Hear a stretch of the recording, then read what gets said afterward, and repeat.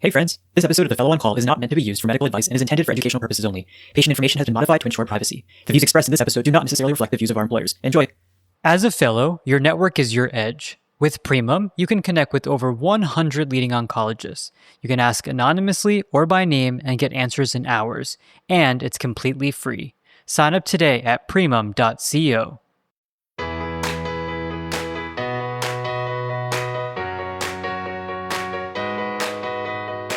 Welcome to another episode of The Fellow on Call, the Hem-Onc podcast. We're coming at you from Willow University Medical Center. I'm Ronak. I'm Vivek. And I'm Dan. And we've got a new addition to the team today. Please welcome Sean, one of our new malignant hematology attendings at Willow University Medical Center. Welcome, Sean. Hey everyone, really excited to be here and really excited to talk about some very interesting and important cases in smoldering myeloma today. And Sean gave it away. We are going to talk all about smoldering myeloma today, and it's so fitting that today's the first day that we welcome Sean onto the show, since this is an area of interest for him and something that he treats in his clinic. So we're really excited to learn from him and see how he approaches this very heterogeneous disease. And, I just want to say, Sean is new to maybe many of our listeners, but Sean's actually not new to the show completely. He actually used to be a fellow here at Willow University Medical Center and was really integral in helping us with the show behind the scenes. And now that he's a full-seasoned attending, we decided to bring him on board, especially for this topic, which is the area of expertise. So really, really excited to get into this one. So without further ado, let's roll that show. Guys, today we're talking all about smoldering myeloma as we continue this plasma cell dyscrasia myeloma series that we're currently on. The last couple of weeks, we sort of laid out the foundation for this discussion, and I'm excited today to continue this, especially with a lot of that new data coming out about smoldering myeloma. I know we're going to get to that, but we have had a little bit of a hiatus lately, and so I think, Vivek, do you want to share what the big news is on your end? Yeah, I had a baby, so I have a son now, and so that really made us say, hey, we can't really record for the last 3 months, roughly, of the show, but we had this large catalog of all the shows we had done before, so, I'm glad to be back. It's actually really fun to be back to do this, but really, really, really love being a dad, love it so much, couldn't recommend it more. Definitely lots of sleep deprivation, and chips keep keeping me up at night. The chips are the thing that gets you through the night. That's the fuel. But aside from that, I do want to say, really excited to have Sean here. This is something that's going to be happening in our show where you'll see new guest speakers here, that we're going to have people who worked on our show as fellows who are now speaking as attending. Some other people are going to come on as guest hosts. And so, Sean, really, really excited to have you here. So yeah, it's really exciting for me to be here. The myeloma series that was originally put out a few years ago was actually one of the first set of episodes I listened to for The Fellow on Call. And so that really helped me to form my initial understanding of myeloma and really helped me to feel a lot more comfortable seeing those patients. And it's actually a big part of why I ultimately ended up specializing in the care of patients with multiple myeloma and other plasma cell dyscrasias. So for me, this is really sort of a full circle moment, and really excited to be here to be able to help share some of the updates that have happened in just the last 3 years since we released our original episodes. And we're really glad to have you with us. And I also want to be clear that when Vivek said chips, he was referring to Lay's, Pringles, Ruffles, not clonal hematopoiesis of indeterminate potential, that is something that keeps us up at night. He's talking about physical potato chips. Am I correct? That's right. And remember, Lay's, Pringles, and Ruffles, sponsorship. We always talk about that. Send them our way. Send us some free chips. Let's hope they do hear this. Listeners, if you guys have any connections, definitely forward our show over to them. Guys, why don't we start our discussion then about smoldering myeloma? I know we're all itching to talk about this topic. Vivek, do you want to kick us off with a case? Yeah, let's do it. So we have a 63-year-old female who has an M spike of 2, a kappa light chain elevation at 70 with lambda light chains of 7, and a ratio of 10. These were actually sent by our primary care provider because she had a normocytic anemia with a hemoglobin of 9.5, and actually on the CMP, there was a small protein gap, which prompted this further testing. There was no hypercalcemia and no elevation in creatinine, so no evidence of any other CRAB features at that point. Remember to always get light chains with the SPEP. Often we see people who are in SPEP without the light chains, but those are important to risk stratify your patients, as we've discussed previously, on when do you get a 24-hour UPEP, advanced imaging studies, and a bone marrow biopsy. So for her, with that M spike that was 2.2 and that light chain ratio, it was very clear that we needed to do further testing.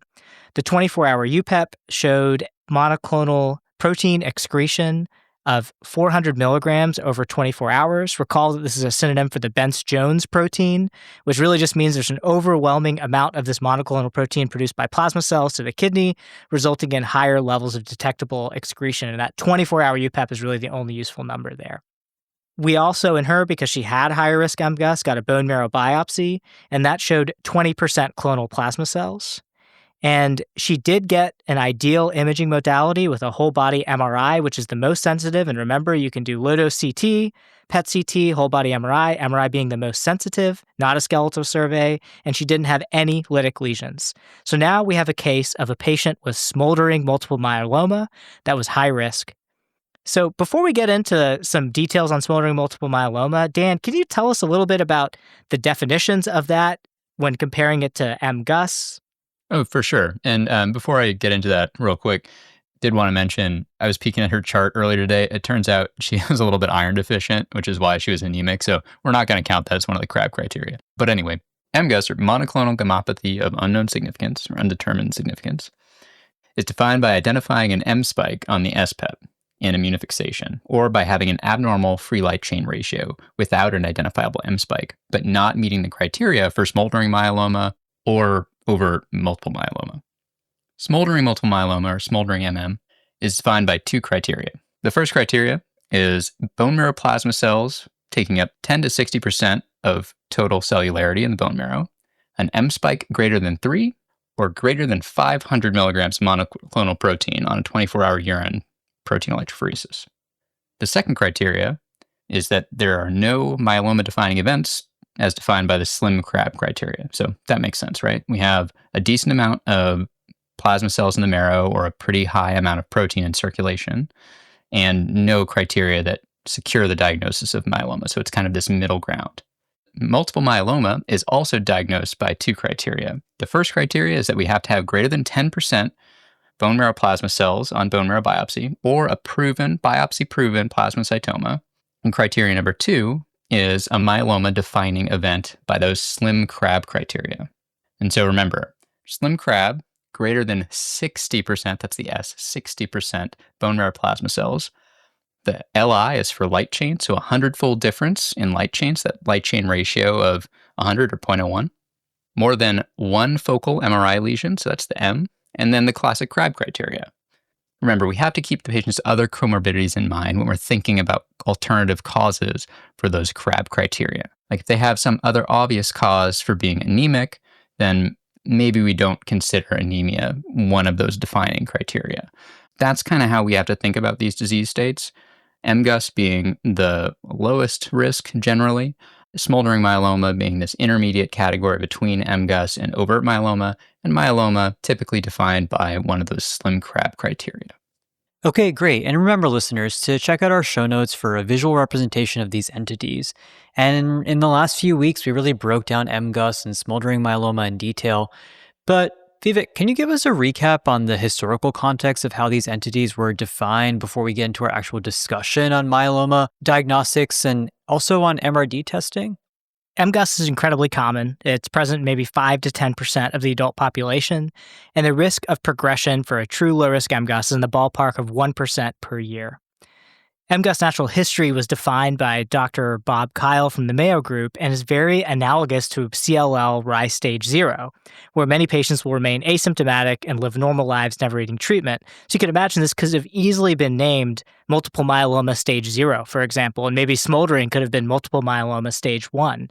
And you can see how that can become very complicated and challenging when it comes to treatment and surveillance of these patients. So it's important to check out the very well-done epidemiologic observational studies published in 2002 and 2007, which we'll summarize in our show notes for you. So please check out our website to check those things out. We risk stratify the MGUS, as we mentioned earlier, to determine when we need to get a 24-hour UPEP, bone marrow biopsy, and imaging studies. And this is because some of these patients may already have smoldering myeloma or overt multiple myeloma. And so remember, check out our show notes in the last episodes where we go into those details.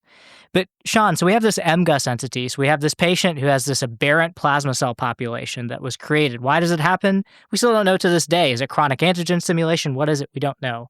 Then they may have 10%. They started out with 5%, a small M spike, but that upticks over time. And then eventually they may get 10% bone marrow plasma cells. And maybe their M spike then goes up to 2.5. And we say, wait a minute, this patient has smoldering myeloma. So can you tell us a little bit more about some facts on smoldering myeloma? Yeah, so smoldering myeloma is a little bit of an interesting diagnosis. Now, just a word about how it was originally defined. This actually goes back to the 1980s when Dr. Bob Kyle defined this in a paper in the New England Journal. Now, we've talked a little bit about what makes smoldering myeloma, but as a reminder, the original definition for myeloma was an M protein greater than 3 and plasma cells greater than 10%, regardless of the classic CRAB criteria. They identified 6 patients who met the serologic criteria but did not have CRAB findings. None of these patients actually ended up developing symptoms after a follow-up of 5 years, and one of them even managed to go 16 years without any symptoms. And so this is where the term smoldering myeloma originally came from. And notably, it does not mean that these patients are guaranteed to become active myeloma in every case. So some of these patients may never end up developing active myeloma. Smoldering myeloma itself is actually a very heterogeneous entity. And so some patients may actually behave more like MGUS, and again, never develop active myeloma, while others have a very high risk of progressing to active myeloma imminently. We've discussed some of the ways that you can identify which patients are at high risk. And so, for example, there's the 22-20 rule that we've talked about previously. That is greater than 20% plasma cells on a bone marrow biopsy, M spike greater than 2 grams per deciliter, and then more than a ratio of greater than 20 for the involved to uninvolved light chains on serum-free light chain assays. And so for patients who have 2 or more of these risk factors, those patients in particular are at very high risk for developing active myeloma in the short term. So as we alluded to, this is a very heterogeneous group of patients. And again, some behave more like MGUS, some actually are more likely to be active myeloma in the very near future. And so for that reason, the risk of progression tends to actually be higher in the first few years after a patient is diagnosed with smoldering myeloma. And for that reason, we really want to watch these patients very closely. Once patients have gone about 5 years with a diagnosis of smoldering myeloma and have not progressed to active disease, their overall risk of progressing in the future actually goes down. And Sean, I think that's really important. And these are very, very key things to understand. So we can think about MGUS kind of like, maybe this is like a polyp, similar to in colon cancer, right? Some polyps are pretty benign. They have a very, very low risk of progression to an active colon cancer. That's like MGUS. So imagine you have a polyp, right? Not all polyps are going to be a bad thing. You don't need to pluck out all polyps, actually, if they're not causing any problems. That's why you don't do a colonoscopy every year. We do a colonoscopy sometimes every 10 years in patients, right? It's not that every polyp is going to be bad. And this is the same concept here. And it's important then to identify who's at higher risk for developing this multiple myeloma, because CRAB in its name is bone disease and potentially renal disease. And these are things that we definitely want to prevent. The other thing that I'll mention is the addition of SLIM to our definition of multiple myeloma. If you could imagine, there have been many patients then who were called MGUS, who are called smoldering myeloma, who then now have a diagnosis of active multiple myeloma because of SLIM, meaning just based on biochemical markers, they now have active multiple myeloma. This is an update that the IMWG did in 2014. And what that does, if we really think about it, we need to think about how many of those SLIM patients who had the SLIM criteria only progressed to have hypercalcemia, renal disease, anemia, or bone disease. And if you look at historical studies, it's about 80%. But if you look at modern studies, maybe it's a little bit lower than that. Maybe it's 40 to 50%. So it's really complicated when you think about the landscape of myeloma. And that's why you'll hear a lot of chatter from both sides saying, don't treat any high-risk smoldering myeloma. The SLIM criteria really changed everything. And this is why the controversy, so we're just bringing this up so people can understand a little bit better why there's controversy here. And when it comes to the SLIM criteria, remember, not every single patient with SLIM is definitely going to develop an active multiple myeloma per CRAB criteria. It's that they have a very high risk of doing that, 80+% in historical studies. Yeah, and I think it's so important, like you said, to try and identify which of these are tubular adenomas, which of these are villous adenomas, right? Like we have a decent way of doing that in other tumors. And it's clear from your description of how heterogeneous this population is that there's got to be some subset that's just so high risk that we have to treat it as morally equivalent to overt active multiple myeloma. And so state of the art 2025, which is when this is being recorded for all of our listeners in the distant future, how are we doing that now? How are we figuring out who we should submit for treatment in that smoldering category and who we just need to watch? I get that if they've had it for 5 years, great. We can kind of just watch them. But is there a way to know sooner than that? So for the longest time, as you guys were alluding to, it was a lot more simple. It was simply that we observed and didn't treat patients with smoldering myeloma. But now, as you guys have defined, we have some characteristic findings that we think about that may indicate who is at higher risk, like Dan was alluding to. So Sean just went through that 20-20 rule, which again is a bone marrow plasma cell population of more than 20%, an M spike of more than 2, or a free light chain ratio of involved to uninvolved of greater than 20. And if somebody has 2 or more of these, then they are by definition deemed a higher risk smoldering myeloma. And these patients have approximately a 50% risk of progression at 2 years. We're also starting to integrate more cytogenetic and genomic risk factors into our calculations about who to treat. And so recall some of the other high risk factors that we had previously discussed. And this includes a translocation 1416, translocation 1420, and translocation 414. There's also deletion 17p. Remember that 17p is associated with that Pt.3 mutation and a gain 1q. And definitely go back, take a look at these numbers and these mutations. They are a favorite on the board, so just pay attention to those. And really, guys, the first studies to investigate the treatment of high-risk smoldering myeloma was a trial known as the QUI-REDX trial, which was a randomized controlled phase 3 study that looked at the role of lenalidomide and dexamethasone versus observation in these high-risk smoldering myeloma patients. So this study was actually published in the Lancet Oncology in July of 2016, and it took place at 22 centers in Spain and Portugal, where they randomized patients 1-to-1 to either the lenalidomide plus dexamethasone arm versus observation, and then they were stratified from time of smoldering diagnosis to enrollment, which was either less than or equal to 6 months or more than 6 months. The patients received 9 4-week induction cycles followed by maintenance lenalidomide for up to 2 years, and the primary endpoint that they were looking for was progression to symptomatic myeloma, and secondary endpoints were overall survival, response rates, and safety. And what is interesting, I think, here was that the median follow-up at 75 months suggested that the time to progression wasn't reached in the treatment arm, and it was 23 months in the observation arm. The median overall survival was also not reached in the treatment arm and was 117.6 months in the observation arm. And so what these data are suggesting is that perhaps in these higher risk patients, there may be a role for treatment early on to try to prevent the disease from getting to overt signs of myeloma. Let's take a moment to learn more about the sponsor for today's episode.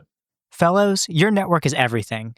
With Primum, you can expand yours instantly. Over 100 top oncologists ready to share their experience. Ask anonymously or by name about cases, data, or careers.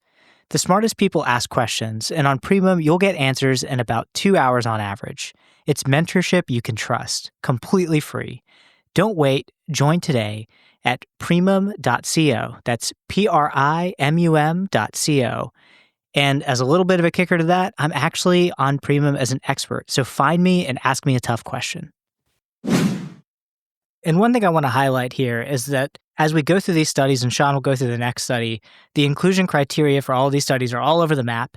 And the big question that I have is, how many of these patients had a PET-CT did their staging imaging, was it appropriate? Meaning, did people actually have active multiple myeloma by more sensitive imaging techniques? And we randomized them to observation, right? So that's the flaw in many of these studies. And so this study here had a major flaw in it, in that 1, we're not truly including the higher risk patients. And then 2, you may have randomized patients to observation who actually had active myeloma. And number 3, if you're in the control arm and you got observation, when you get active myeloma, you probably should get lenalidomide, and the patients did not.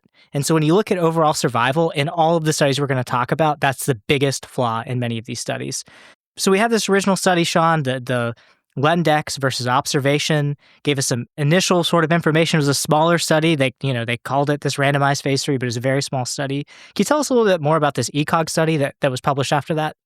Yep. There was another study that looked at the benefit of lenalidomide alone in patients with higher risk smoldering myeloma. And so this is the ECOG E3A06 trial. And this was published in JCO in 2019. So this was a phase 3 trial in patients with intermediate and high risk smoldering myeloma, as defined by the Mayo 2008 criteria, which was bone marrow plasma cells greater than or equal to 10% and an M protein greater than or equal to 3 or both, randomized to lenalidomide versus observation. The primary endpoint for this trial was PFS, and secondary endpoints were overall survival, response rate, and safety. PFS was significantly longer in the lenalidomide arm. 1, 2, and 3-year PFS was 98, 93, and 91% for lenalidomide versus 89, 76, and 66% for observation alone. That's a hazard ratio of 0.28 with a 95% confidence interval of 0.12 to 0.62. In terms of overall survival, there were 2 deaths in the lenalidomide group and 4 in the observation arm, and this was deemed not significant based off the 95% confidence interval. In terms of grade 3 and grade 4 adverse events, there were 28% noted in the lenalidomide arm, namely rash, fatigue, and infection. And so what's important to realize is that the authors do note that the biggest effect was in the highest risk patients, and that although they did include patients who are not high risk, they did not advocate for treatment of these patients outside of these trials. And so despite this data, these regimens were not approved for use and are listed as a Category 2B recommendation by the NCCN. So here's an interesting thing. The FDA said no approval for lenalidomide for these patients in this randomized study because there's no overall survival benefit. So the idea was if we're treating these patients who are asymptomatic and there's no OS benefit, what are we doing? And the big question and the big critique here is for those who progressed, are we preventing somebody from getting a bone fracture or renal failure? And the big criticism here is that data was not reported. We didn't know how many patients actually had a symptomatic bone fracture or renal failure that was not reversible, because those are the 2 big endpoints that we truly care about by treating somebody early versus later. If a third of them, I'm doing a little bit higher number there, is 28%, but let's say roughly 1 in 3 patients are going to get a grade 3-4 adverse event, which is a pretty big deal. And we think about the cost of treating these patients. But all of this is kind of a little bit more irrelevant now because we have the most updated study and the Aquila trial that led to an FDA approval. So can one of you go through the Aquila study? Sure. So this was a phase 3 open label multicenter randomized trial. So all the buzzwords in any JM in 2025.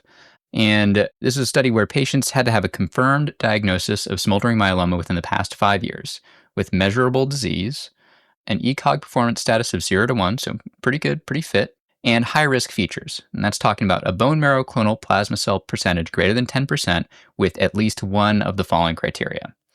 A serum M protein greater than 30 grams per deciliter, greater than 3. An IgA class, a free light chain ratio of 8 to below 100. Again, remember, greater than 100, we're talking about myeloma, so between 8 and overt myeloma. Or bone marrow clonal plasma cells between 50 and 60%, so just barely not meeting criteria for active myeloma. And that was the population that was included. So one of those extremely high-risk features plus greater than 10% bone marrow plasma cells. We'll have that all listed in our show notes too, so don't worry about trying to jot that all down while you're driving to work listening to this. And all patients were also, very importantly, required to have a PET-CT and MRI to make sure that they didn't actually have active myeloma. Patients in the trial were randomized to active monitoring versus single-agent daratumumab, which after the initial loading period was continued every 4 weeks for up to 36 months or until progression to active myeloma. The primary endpoint was progression-free survival, defined as the time to progression to active myeloma according to the International Myeloma Working Group, the IMWG criteria. Secondary endpoints included overall response, looking for a partial response or better, and complete response, disease progression to myeloma, initiation of first-line treatment for active multiple myeloma, and death from any cause. So a lot of secondary endpoints in there too. Looking at that first endpoint, the primary endpoint, the 5-year progression-free survival was 63.1% in the daratumumab arm versus 40.8% in the monitoring arm. The hazard ratio of 0.49. That was a statistically significant hazard ratio as well, with a confidence interval between 0.36 and 0.67. A total of 15 patients, or about 7.5% in the daratumumab group, and 26 patients, or 13.3% in the active monitoring group, died during the trial period. The hazard ratio of 0.52, also statistically significant. The overall survival at 5 years was 93% with daratumumab versus 86.9% with active monitoring. Based on this data, the NCCN does now list daratumumab as level 1 indication for smoldering myeloma, but additional clinical trials were still recommended for additional information. So I want to point out a couple things as we get into the discussion of this for the treatment of smoldering myeloma. So one thing Dan said is 10% plasma cells plus one of these really high-risk features.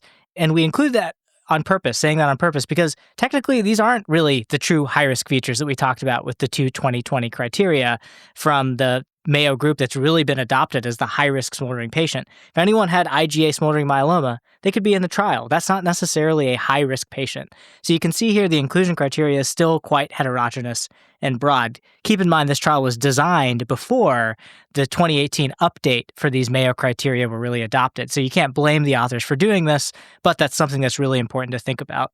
The second thing that we had mentioned here was clearly there's a PFS benefit. That is obvious. Something is always better than nothing. There's no doubt about it, right? But the interesting thing to me is that there were many patients, over 40% of patients at 5 years in the observation arm that still didn't need treatment. That means we're over-treating the rest of those people, right? That 40% of patients we over-treated if we treat everybody with daratumumab. The third thing that I think is really important is when we said overall survival. When I think about overall survival, I think about what did the patient get at progression. We talked about the Lendex trial, the Spanish trial from way back, and we knew that's what the criticism of that was. They didn't get lenalidomide at progression. So at progression, are these patients getting modern myeloma regimens? Only about a quarter of patients got a VRD treatment with bortezomib, lenalidomide, and dexamethasone, a triplet, which would have been reasonable standard of care, and only 18% of patients got daratumumab. So when I think about overall survival, I don't know if that's fair. The other thing is, many of these patients' cause of death in the supplementary appendix was unknown. So if I have unknown causes of death, and many time to death was very, very shortly after they progressed to myeloma, it makes me question exactly who these patients were. Why were they actually dying from multiple myeloma, or did they get substandard treatment? So this is why it's very, very important to know that today remains an unanswered question. So Sean, when you have these patients, can you talk a little bit about how often you're going to get imaging and labs? What did they do in this study that you might implement as an active surveillance arm? And who would you treat if you had a patient in front of you in clinic with daratumumab? Yeah, so typically with our smoldering myeloma patients, we'll want to recheck labs, so CBC, CMP, SPEP, and serum free light chains about once every 3 to 4 months, as well as see these patients in clinic to help reassess for any symptoms that might indicate progression to active disease. This is really most important in the first 5 years. If patients have been stable for that time period, it might be reasonable to space that out a little bit further beyond that. One thing that this study did do was implement more routine imaging to reevaluate for any new lytic lesions that may not have been otherwise detected. While this is not necessarily standard of care at the moment, it is something that you could potentially consider for your patients that you are particularly worried about that are at high risk for progression. Otherwise, the main reason to re-image patients is if they have an area that's causing particular pain or that you're otherwise worried may represent a new lytic lesion. The question now is, who would we treat with single-agent daratumumab for smoldering myeloma?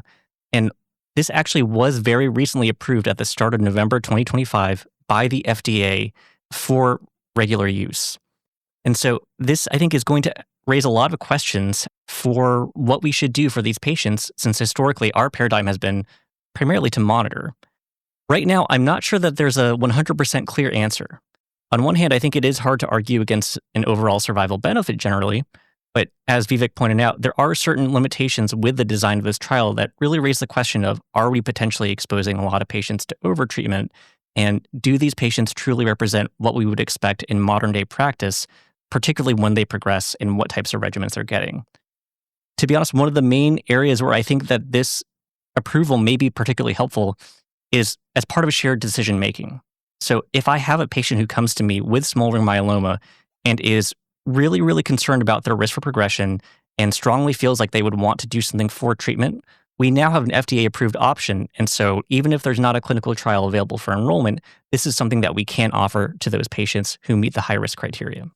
I think that's great. And, it's such an important question, right? Who are we going to treat? Because on the one hand, especially by the classic Crab criteria, active myeloma is defined by organ damage happening. It'd be great if we could prevent organ damage from happening to people, by treating at an earlier stage of their disease. On the other hand, we still consider myeloma something that can't really be cured. We kind of just have to treat it indefinitely with different types of treatment. Probably some population is going to be in long-term remission without treatment, but we still haven't gotten there for the vast majority of folks that we treat. And so, exposing someone to a treatment early on, maybe we're taking that treatment out of being used in a later line. So it's a tough balance. And, you're right. Maybe there's shared decision-making here. Somebody's already CKD4 before they had smoldering myeloma. They really don't want to progress to ESRD. Maybe you're a little more aggressive with them up front. So that was a lot of stuff. A good discussion, I think. Maybe we can break here and pick up again next week. Does that sound reasonable to everyone? Yeah, it sounds good to me. And the last thing I do want to say, because I'm gonna have one more thing to say here, is that when you think and when you hear about the buzz and you look at NCCN, it's easy to just give everybody daratumumab. It's fixed duration treatment, right? It's like, why not give everybody daratumumab? But remember, 40% of patients didn't need that treatment. So that 85-year-old patient, do all 85-year-old patients need to get daratumumab? Because it does come with infection risk. We didn't talk about the adverse events in the study, but there were infections. Remember that's definitely a risk here for these patients. And don't hang your hat always on an overall survival benefit. It wasn't powered for it. We talked about post-protocol treatment, which is really important to understand when putting these trials in context, that there was not adequate post-protocol treatment in these patients. And the last thing is, if you may have the theory that, well, for those high-risk smoldering myeloma patients, they basically have active myeloma. You're just waiting for a ticking time bomb. Why aren't we just going to treat them now? Well, that type of patient, we need to have better inclusion criteria for them in future clinical trials to really identify that patient who truly has active myeloma. Genomics in the future is going to be really interesting and really excited to see where the field is heading. And when it comes to the nitty-gritty information on this Aquila trial, when it came down to how many of these patients actually had bone disease, how many of these patients progressed from anemia, it was only about 9% of patients in the active surveillance arm progressed with bone disease, and none of them were symptomatic fractures. So that's an important thing to consider, that if you have them on active surveillance, as Sean talked about, the annual imaging, whole body MRIs are the most sensitive technique. With modern surveillance strategies, it's very reasonable to defer treatment in some of these patients. A really exciting time for plasma cell dyscrasias for sure, and a lot of information that's coming out constantly. So, guys, I think this really is a great place for us to break this time. Listeners, go back, digest this information. It was a lot, and a lot of new updated data since the last time we talked about myeloma a couple of years ago. So until next time, we'll see you all later. See you later. Peace. See you later.